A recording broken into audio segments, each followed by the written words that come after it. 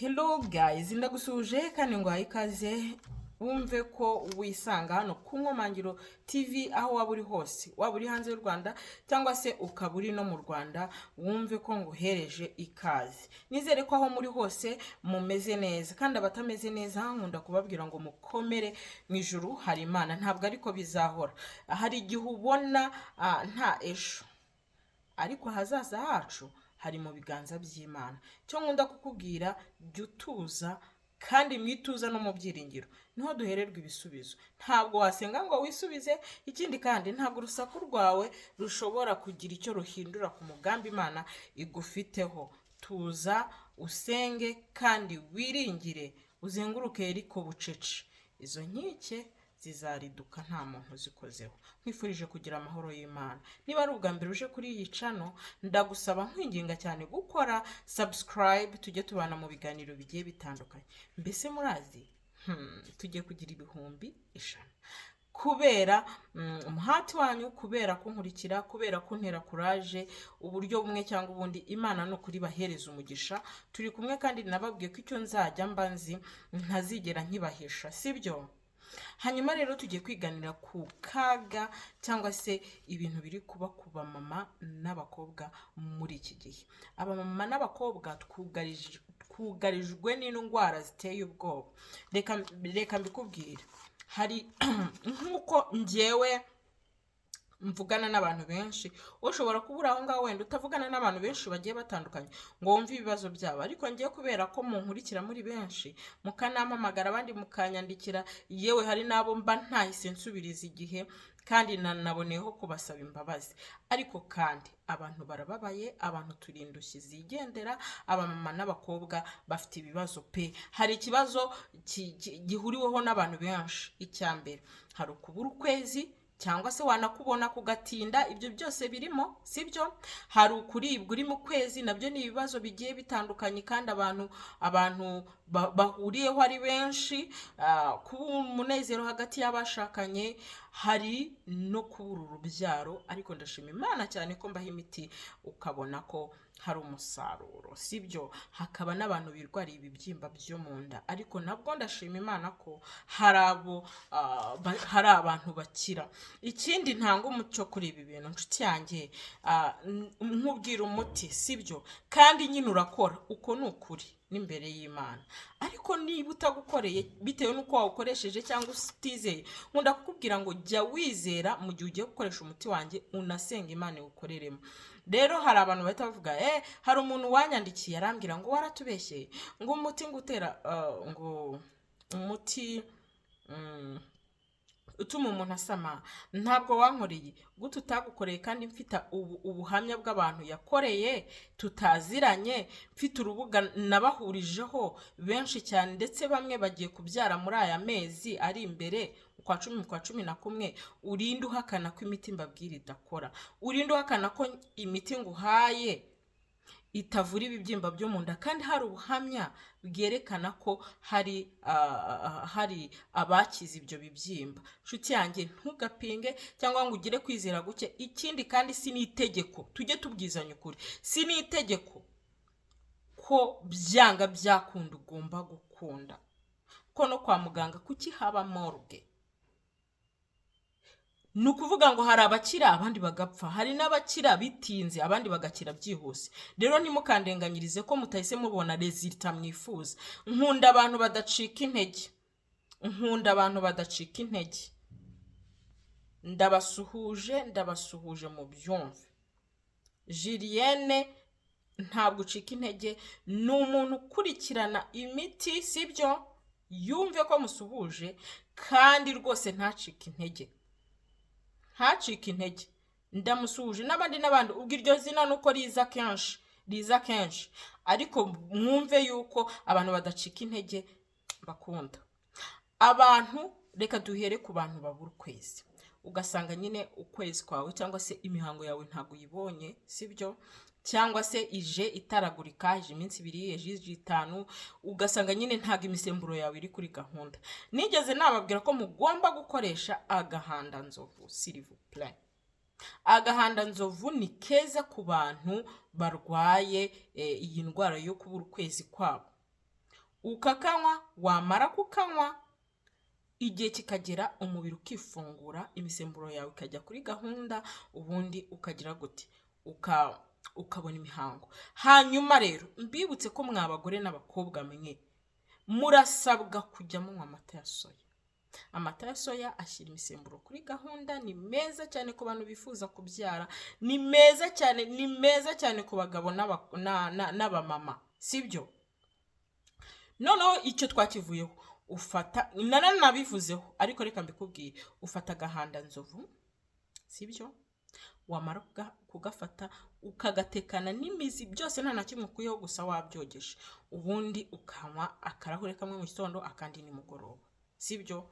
Ibindi kuri ibyo ngibyo ureba ikiganiro mba narateguye, ibi bintu nabihurije hamwe. Hari noneho bayibona igatinda gukama, akava mpaka. Ibi bintu nabyo birababaza, ugasanga utakaje ibiro, ugasanga ubaye urukama, amavuta nta kigufata, ibiki n'ibiki.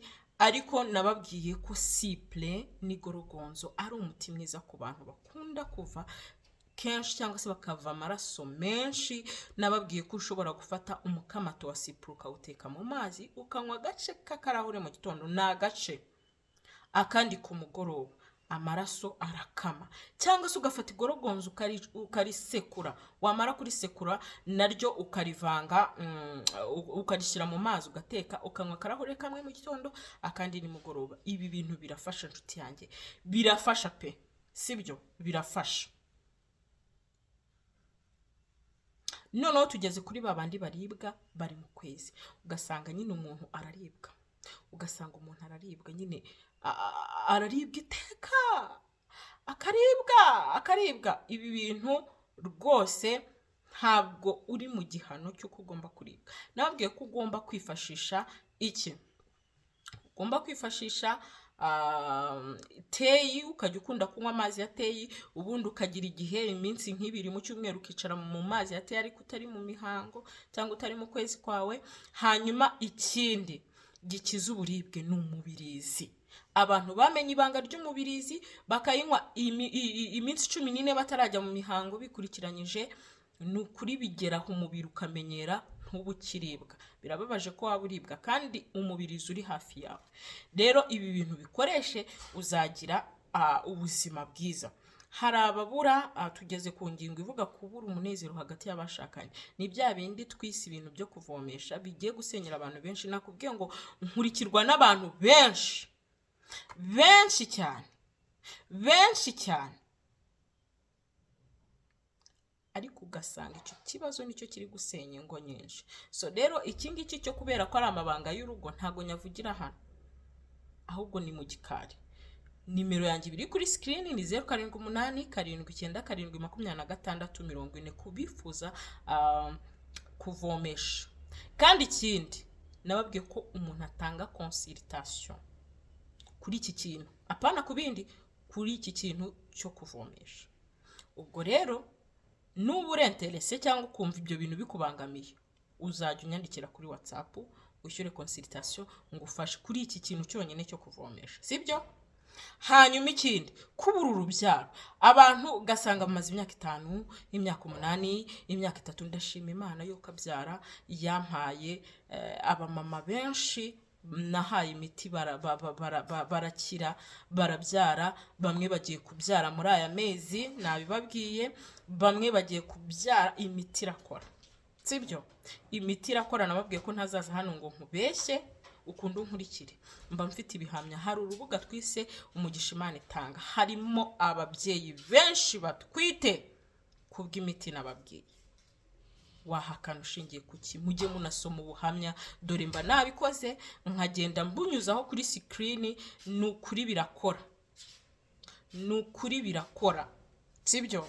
Hanyuma rero ikindi, umuntu wese wabuze urubyaro, wicika intege, mbere na mbere ubanza utuze. Nakoze ikiganiro kirambuye, nababwiye ngo hano nabikomatanyirije hamwe kugira ngo mbabwire ko twugarijwe, ariko kandi nagiye nkora ibiganiro. Uzajya usura Inkomangiro TV hanyuma ubirebe.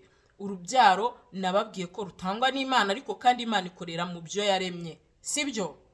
Igitovu mwabonye ibitangaza cyagiye gikora. Koresha igitovu uzakira. Kandi niba iyo miti utayibona, twebwe tuba dufite imiti twatunganije iyo gusama, umpamagare nguguhe. Ariko niba wanabona igitovu hafi yawe, gikoreshe, birakora. Wirinde inyama, wirinde isukari, wirinde n'aba bantu baribwa cyane mu nda bari mu kwezi kwabo, birinde amasukari. Wirinde ibikomoka ku matungo byose, amafi, sambaza, ibintu nk'ibyo ngibyo, ahubwo bisimbuze ibikomoka kuri soya. Imana itanga urubyaro iruguhe. Nose ko mfite ubuhamya bw'abamaze imyaka 5, 8 ngahe, ubwo ngubwo koko wowe hari icyo wakoreye Imana se izamugo. Yurindira kandi n'utwo du stress two kumva uri panike, nyine upanika, dushobora natwo gutuma imihango itaza, cyangwa imisemburo yawe igakora nabi, maze ntusame ukagira ngo ni ibindi bibazo, ahubwo ari stress nazo zatumye udasama. Tuza, Imana irabizi kandi izagusubiza. Hari abandi rero nabo barwara ibibyimba mu nda, ugasanga igice cyo hasi cyangwa se hano mu kiziba cy'inda hari kukurya, ntango ntiza cyangwa iraza igatinda. Nabyo ni ibimenyetso bishobora kuba byakwereka ko ufite utumyome. Ni byiza rero kwikurikirana. Nababwiye ko agahanda nzovu ari keza ku tuntu tw'utubyimba, cyangwa se na cyayi nkunda kuvuga cy'indimi imwe wakataguye ugashyiramo uduheke nka 5 twa tungurusumu, ugashyiramo agace k'akayiko ka turmeric, ugashyiramo n'agace k'akayiko ka black pepper, ugashyiramo igice cya litiro, hanyuma ugacanira iminota 10, ukayungurura, ugashyiramo ubuki bwiza. Niseguye ku bantu bambaza ubuki kandi buba bwashize, sibyo? Kuri live njyaho kuri TikTok bagahita babugura bugashira, noneho mugahita mumbwira wabwerekanye, none ntubuduha, n'ukuri buba bwashize. Mujye mumbabarira, gusa mujye mumbaza ubuki bwiza, nge sinzigera mbavangira, kuko mba ndi kubavura, ntago nabaho ubuki butari umuti nyine. Ubwo umuti mujye mubumbaza, sibyo? Nushaka ubuki bw'umuti ujye ubumbaza. Kuri screen haba hariho nimero, uzajya umpamagara umbwire. Hanyuma icyo cyayi kinywa kenshi, ibibyimba biri mu nda, ibibyimba biri hehe na hehe birakira. Kandi mbibutsa ko rwose turi mu rugendo rwo kureka kurya nijoro. Ibiryo bya nijoro twamaze gusanga yuko ari insiriri y'indwara nyinshi. Rero kurarana inzara idakabije ni byiza ku muntu, kuko ahubwo aho kumugira nabi bimukiza indwara. Ni byiza rero. Ikindi, mujye mwibuka kunywa amazi y'akazuyaze mu gitondo, mubigire kire cyangwa se mubigire akamenyero, bizabavura indwara nyinshi ntabona umubare. Rero nshuti zanjye, ndizera neza yuko nagiye mbabwira kaga abagore n'abakobwa dufite, hanyuma nkahita nanatanga umuti. Courage, uzakira niba urwaye. Courage. Nkwifuriza kugira amagara mazima, nongera kukwibutsa gukanda subscribe, tujye tubana mu biganiro byiza cyane mbategurira. Ndabakunda, Imana ikandusha.